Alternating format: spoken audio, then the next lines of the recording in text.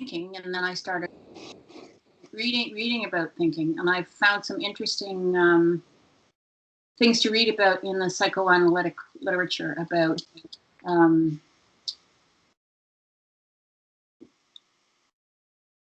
magical thinking, dream thinking, and sorry, she's not working today. Extremely well. So, well, you know what? When I was reading that and your note, I thought, well, you know, it's probably longer than it needs to be, but in terms of a living theory article, you've written the socio-historical context. Sorry? You've written the socio-historical cultural context already. But I took that out. I thought you suggested that I take that out. You need that in order for the reader to understand where you're coming from. But you don't need as long a piece. You need to kind of pick out kind of 3 to 5 really significant pieces of information that the reader needs to know in order to follow how you got to where you got to. Okay, so okay, just a sec, I got it. Okay, how I got to where I got to. I'm sorry, I have to get this down because my brain is pretty foggy this morning. Well, you'll have the recording. Yeah, I know. But this is going to help me continue our conversation if I have this down. Yeah, so I think that the paper, the article is going to be, the focus of the article is going to be how I have come to embrace the values that I embrace, and it's a work in progress. You know, it's happening actively, and I'm very, very excited about this. And so after that is done, then I think I'm going to do 2 prongs. I'm done with McGill. I'm totally done with McGill. And I have some things to say about my experience with McGill and the experiences of the teachers, but from my point of view. And so I want to, I'm going to use first person. I'm not going to name the university. I'm not going to name the students. I want to talk about how their thinking and their knowledge is completely ignored. And just the wrongness of it all. I haven't articulated it. I just know I have to say it. And then I've got the narrative inquiry group with no affiliation to any Institute of Higher Learning. And the work that they're doing is not only voluntary, it's brilliant. They're having an impact on their work environments. We've got new people that are joining. We've got 3 new members joining us this Sunday. A singer-songwriter teacher, Audrey, whom you met, who has the autism network. And now I can't remember who the 3rd one is, but so to me, this group is sustainable without supports, and the other group is not sustainable. It is deliberately undermined by the people who have the power to encourage sustainability. So I think that's what my paper is going to be about. Well, Judy, just write it. Just write it. Well, yeah. It's right there. Yeah, I am. I mean, I've been glued to this chair for days now because there's not much left to do at McGill. The last meeting is on Friday, and then they're going to present their papers at a mini conference. And Michael and I are not even sure that we're invited to this mini conference this time. It has not been mentioned. So I'm feeling free as a bird, and there's a virtue in not being affiliated. I know you've been stuck on it, but there is a virtue in it because you don't report to anybody. You don't have to make anybody else happy, just the people you're working with.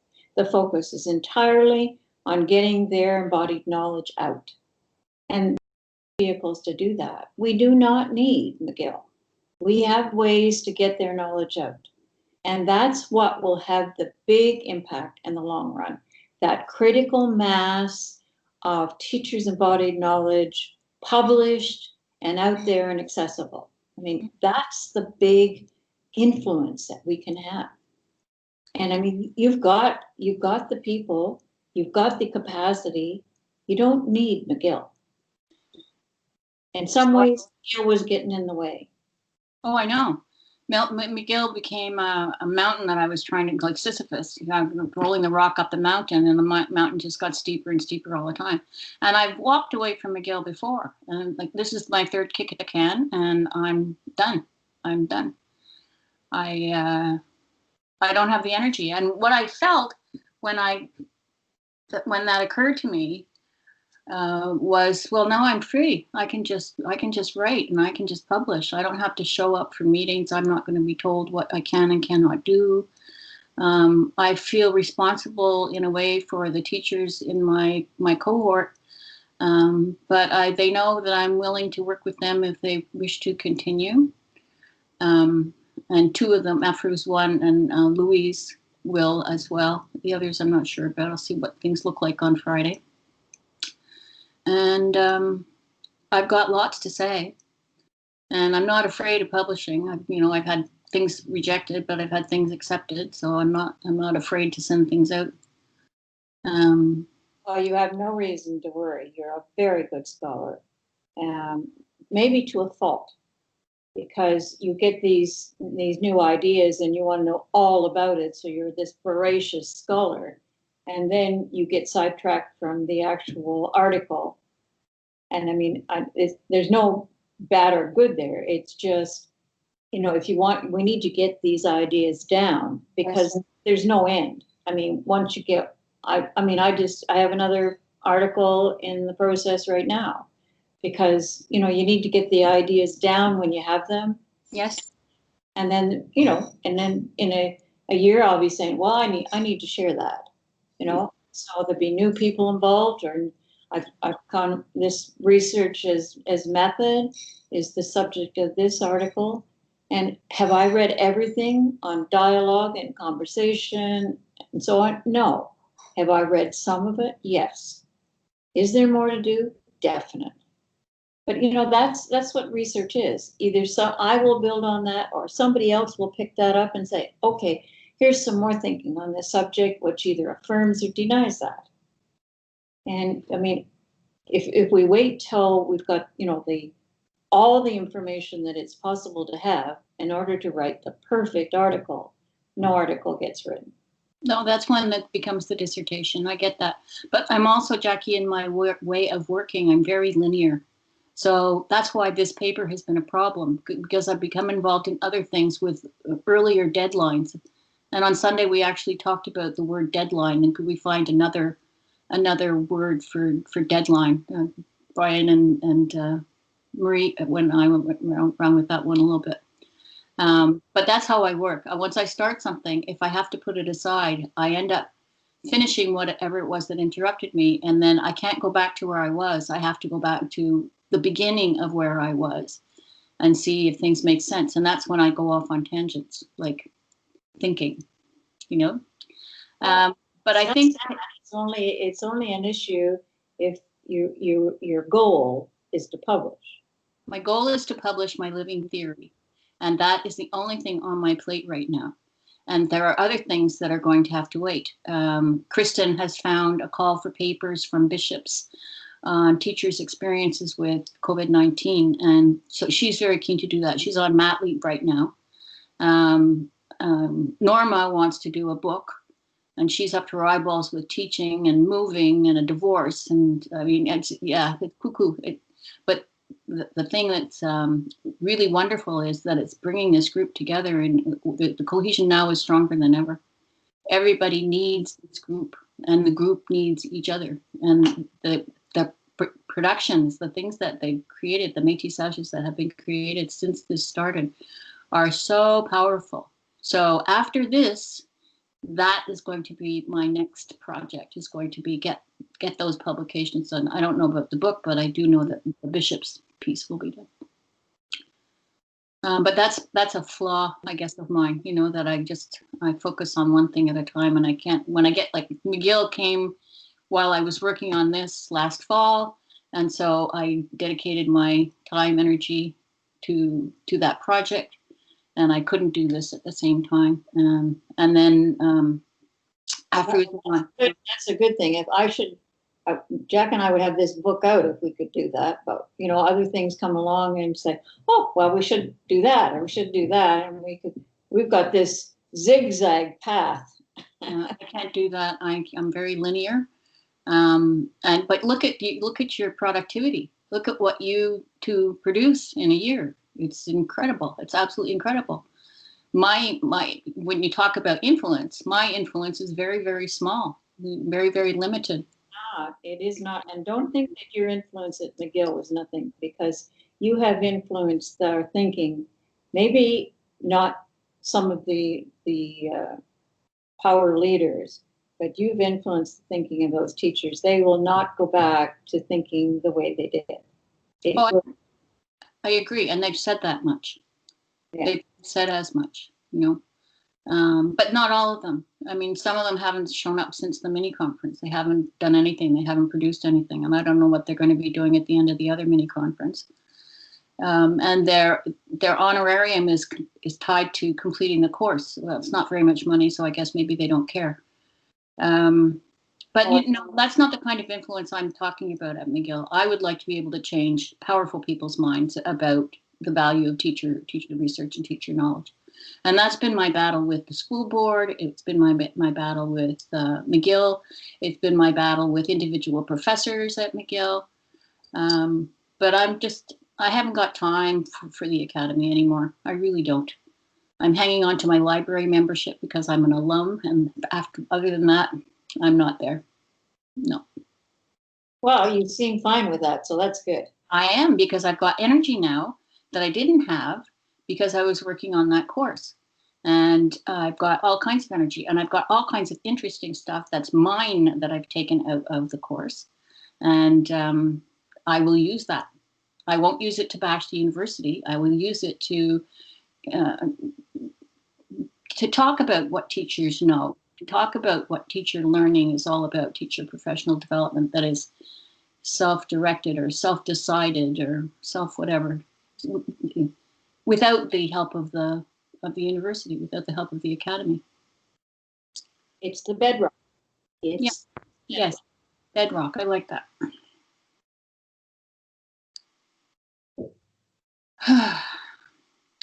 I mean, if we can influence one teacher in one classroom, that is valuable objective, because that teacher influences her peers, influences the parents, influences the kids.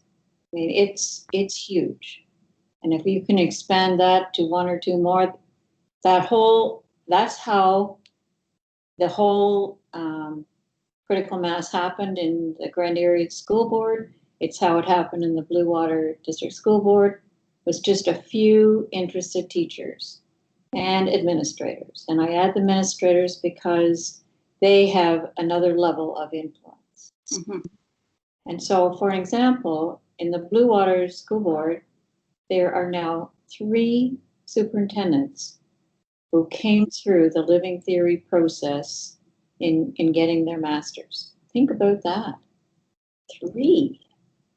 Not to mention many principals and curriculum leaders, but, out of 4 superintendents, 3 came through living educational theory.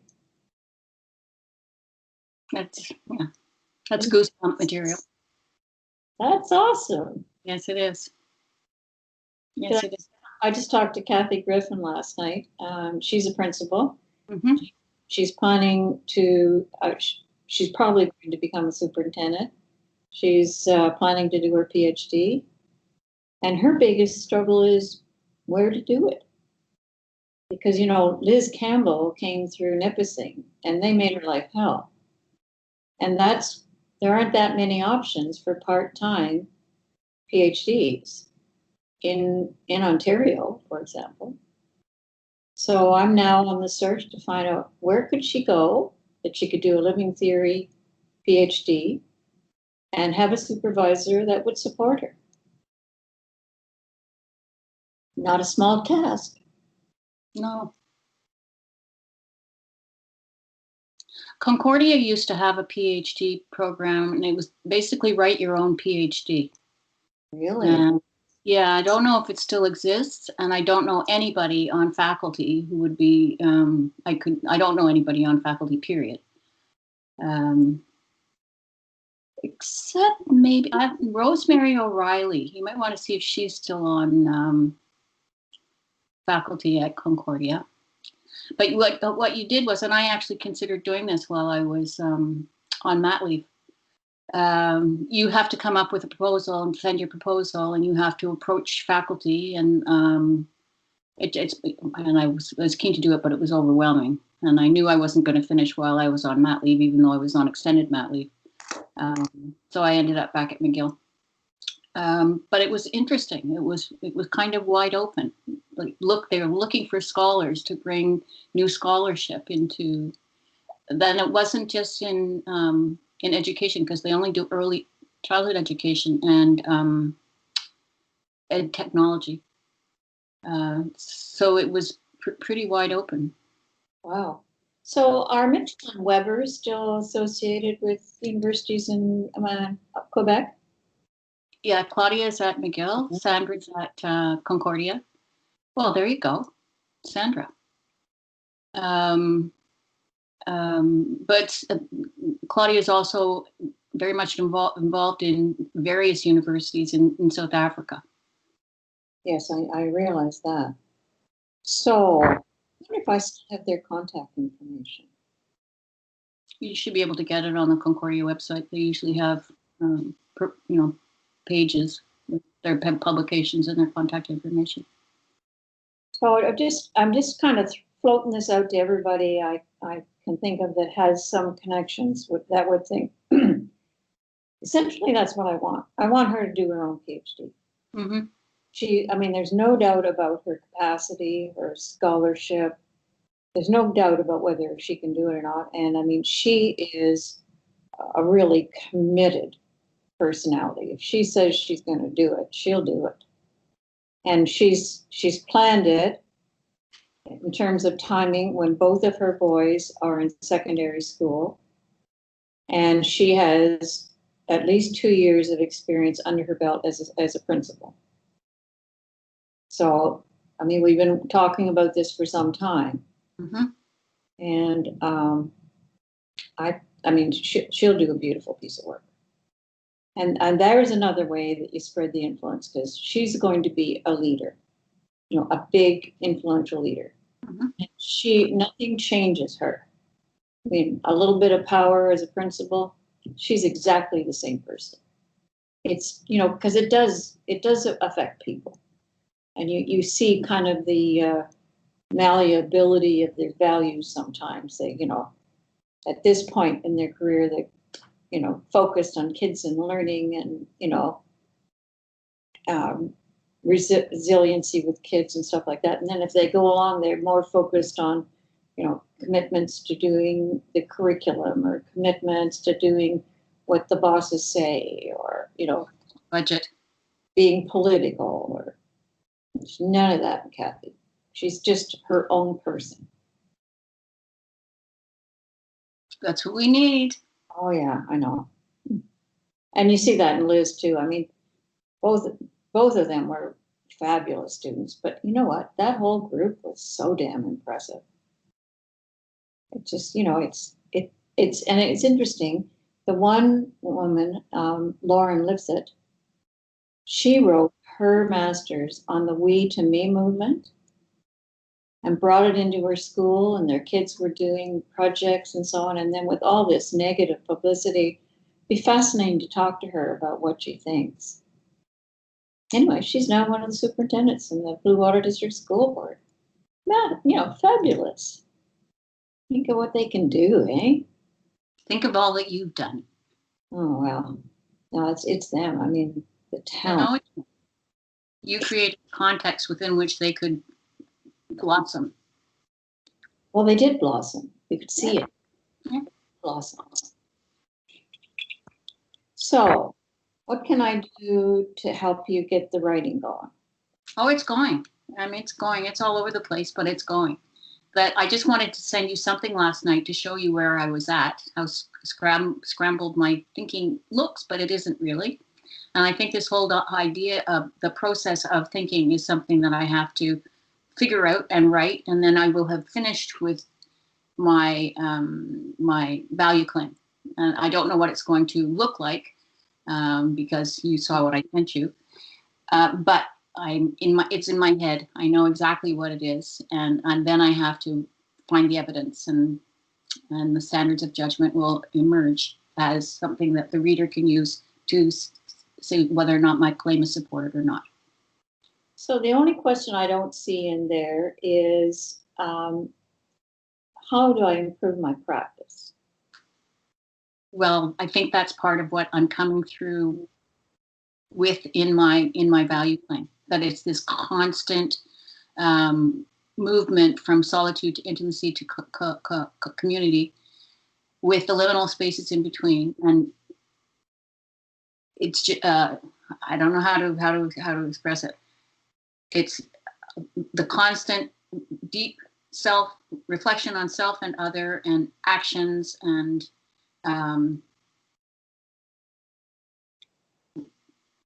living my values and understanding my values more deeply. I guess that's how I'm going to improve my practice. Does that make sense? And yes, what is your site of practice? Are you using your site of practice as the narrative inquiry route? Are you using your site of practice as the McGill Teachers Action Research Project? Where is the site of practice? My site of practice is wherever I happen to be working with willing others who want to improve their practice. So my practice is as a facilitator, a mentor. I think I wrote it already. That it's not a physical space. It's a community space, and my role within that is to encourage others to get in touch with what they care about, and to act on what they care about, and to record what they act on that they care about. And I'm like a research assistant to some of them. I'm a mentor to others, and I'm a facilitator to others. It depends on how they perceive me. But it's not like at 9 o'clock I show up at work and at 5 o'clock I go home from work. It's not that kind of work. It's very fluid. There's it's negotiated with individuals. It's not set in stone. For example, AFRUs, our relationship is very, very different from my relationship with Louise. Louise needs hand-holding. AFRUs does not. She's already making plans to take our workshop to George Brown and offer it to the faculty. Yeah.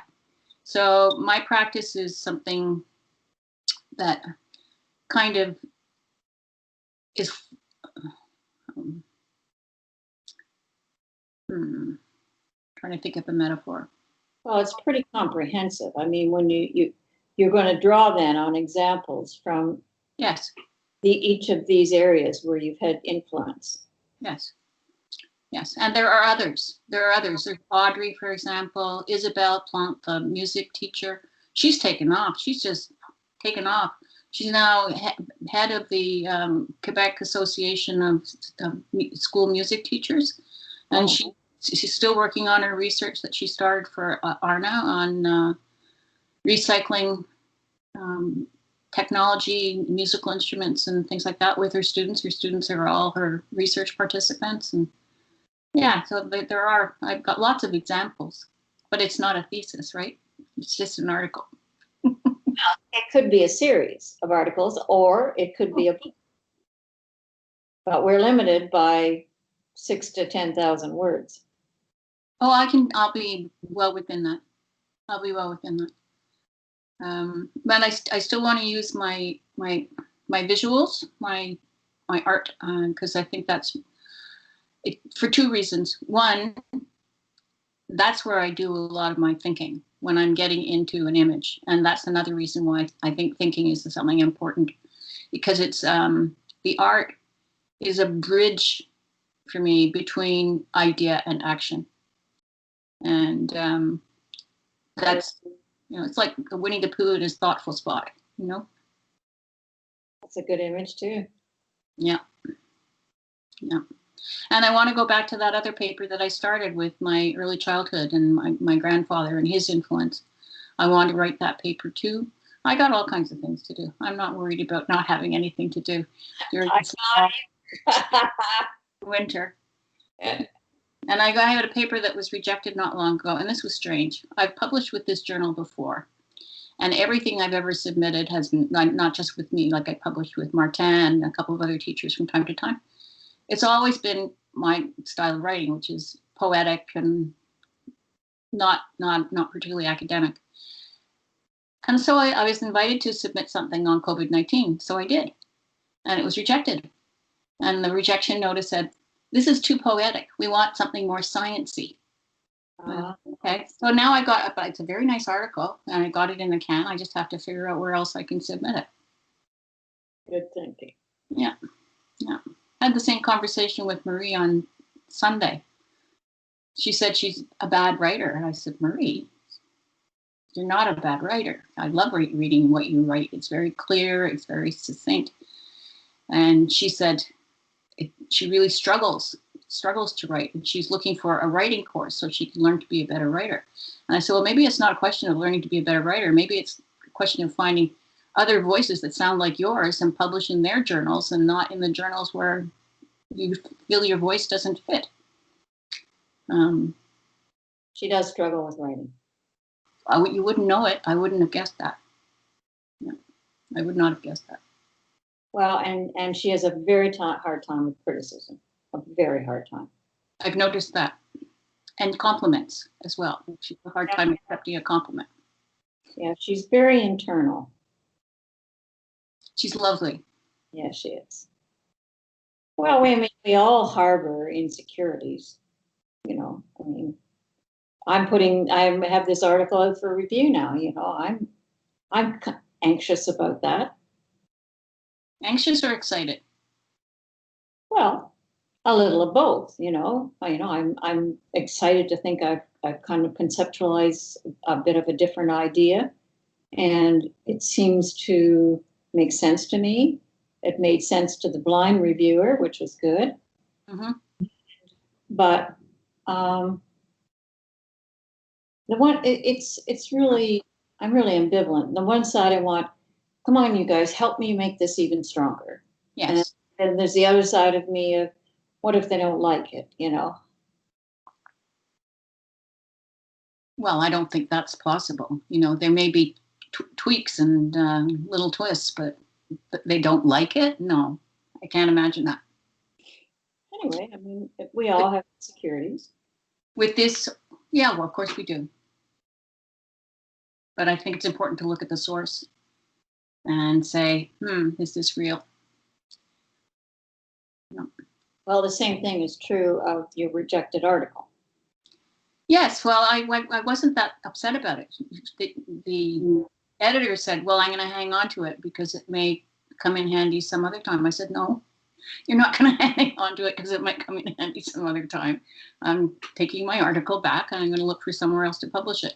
And strangely enough, a couple of days ago, she showed up at my door with a poinsettia for me. So I don't know what's going on in her head.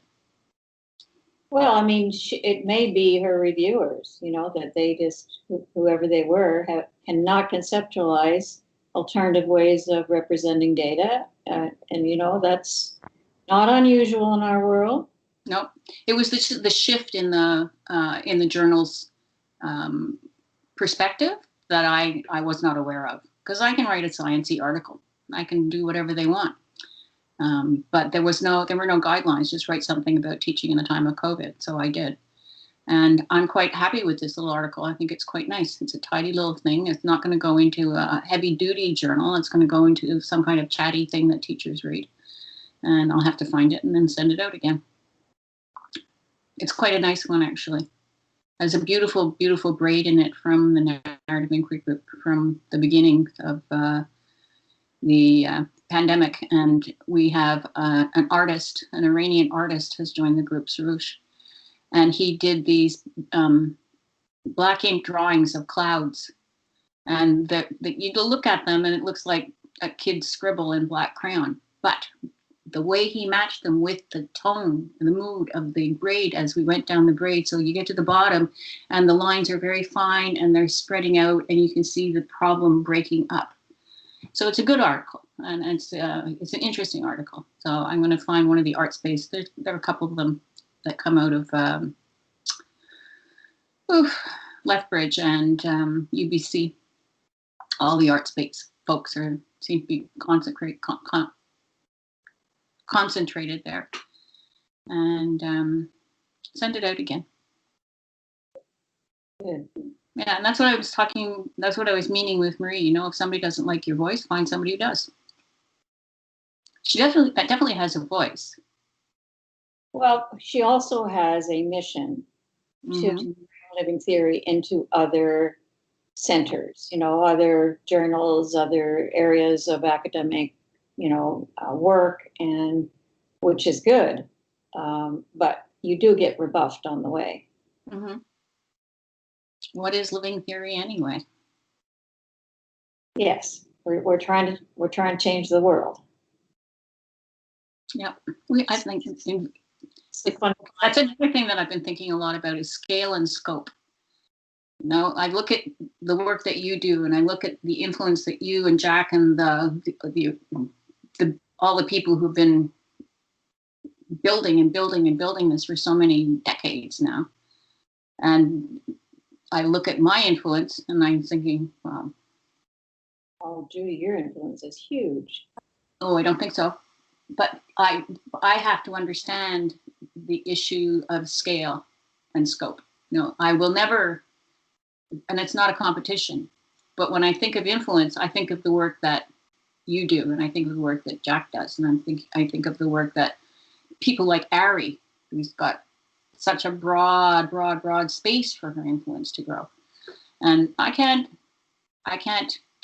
compete. And I think a part of me has felt that what I do is not significant.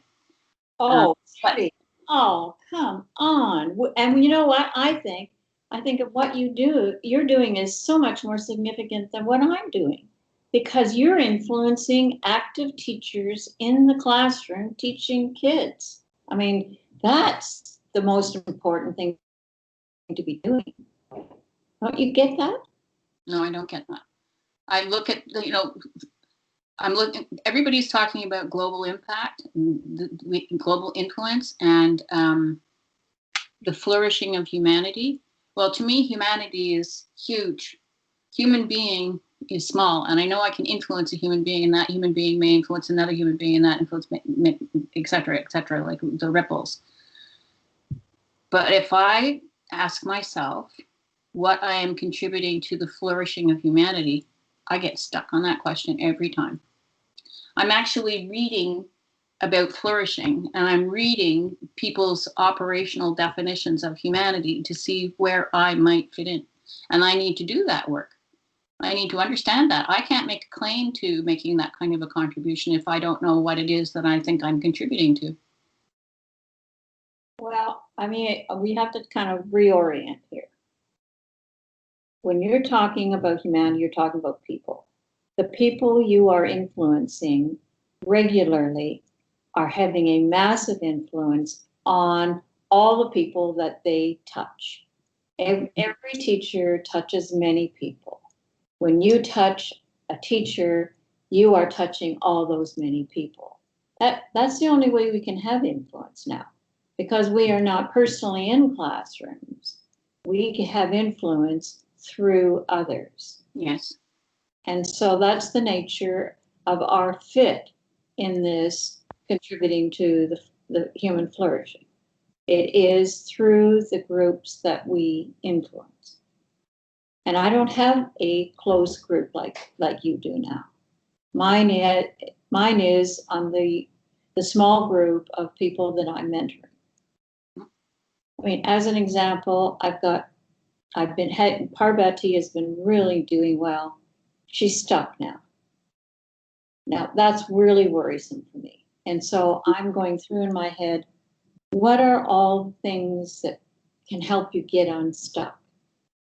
And what am I the person that can help her get unstuck, or do I need to get her to talk to somebody else to get her unstuck? But she says that I'm stopped. I don't know what stopped me, but I'm stopped.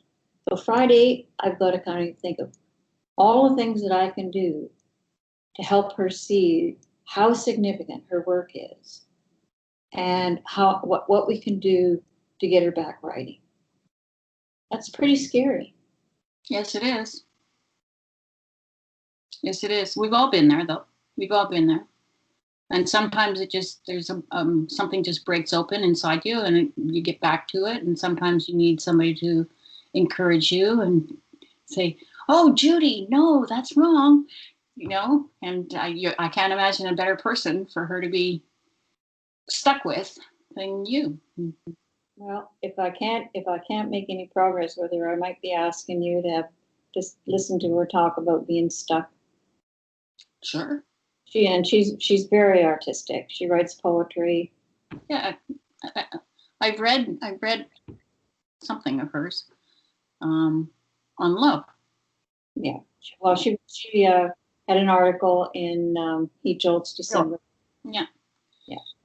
No, anything I could do, I'd be happy to listen. Yeah. So that's what I do. I mean, I try to help people who are doing living educational theory to, get their knowledge out there. Mm-hmm. But I don't have a direct, I'm not in a classroom. No, but you've got a very broad reach. You've got an international reach. And that's the thing that I can't accomplish that. Well, you could, but you have enough on your plate with the teachers in your local area, right? And I want to bring more of them to Arna and Alara. Afru's had a wonderful, wonderful, wonderful experience. There's a sign with her that things have gone well. When something goes well, she doesn't have a migraine the next day. So my first question the next day was, "So, how are you feeling?" She said, "Fine." I said, "No headache?" "No, no headache." No. Wow. She had many headaches leading up to the day. Gee. I want to Arna next year.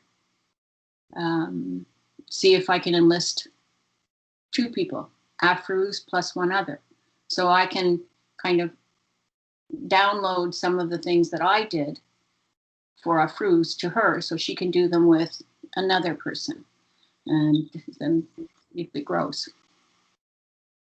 And isn't that contributing to human flourishing? But yeah, that takes me back to scale and scope. It's very, very small in scale. The scope, I have no idea what it is, but the scale is small. And that's something I have to get my head around. I'm getting there.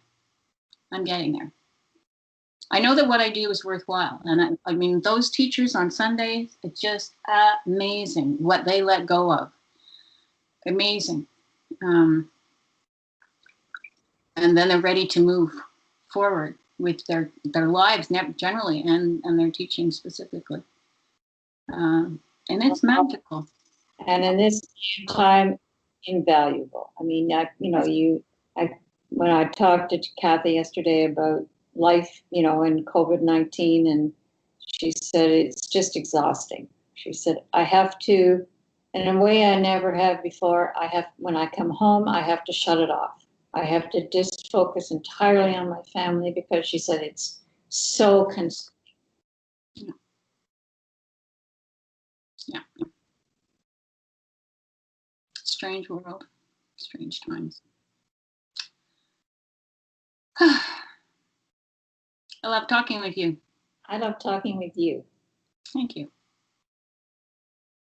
And I'm going to write. I have an appointment with my osteo at 12:30, so I'm going to get my desk in order. It looks like it's been attacked, and so I'll get some writing done before I go, and I'll get some writing done all the rest of the day. And I'll send you something a little bit clearer than the scribble.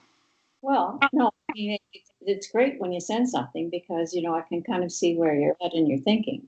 which is great. So you've got the beginning of your article. I think both in the last piece you wrote and in this one, I think draw out of it some socio-historical, cultural context, and then keep pushing these questions. I mean, I think you're formulating the answers. Yes. I'm not going to do the first part that you just suggested until after I finish this, because this is where my head is right now. And while things are perking, I want to get them down. And once they're down and sort of coherent, not necessarily polished, then I'll go back to the other, because I've already written all those influences, but there are too many of them. I understand that. And I can synthesize what's there and make it clear and kind of box-like, so I can fit in. Speaking as a clear sequential. Pardon me? Spoken as a clear sequential. Really? Okay. Which is unlike the creative side of you. So you have these kind of two things going on at the same time. Mm-hmm. But I can see the line. Mm-hmm. I can see the line. Funny, Les follows dots. He follows dots. He's like that little kid in Family Circus, that little cartoon. He follows dots all the time. And I'm very linear. And if I'm on a line and he interrupts me because his dots have interfered with my line, we have some very interesting conversations. We laugh about it. We laugh about it. At the beginning, we didn't laugh about it because he couldn't understand why I can't drop everything and follow dots. And I couldn't understand why he had to interrupt my line. And now it's a joke. Anyway. You have each other. We're very happy. Yeah. And COVID actually has been interesting for us. I don't think we've ever been happier because we don't have any there's no interference from anywhere. There's no panic calls. Oh, hey, mommy, you got to come now. That kind of thing. It's just not happening. And peace in the valley. It's great. Say hello, honey. I will. Thank you. Thank you very much.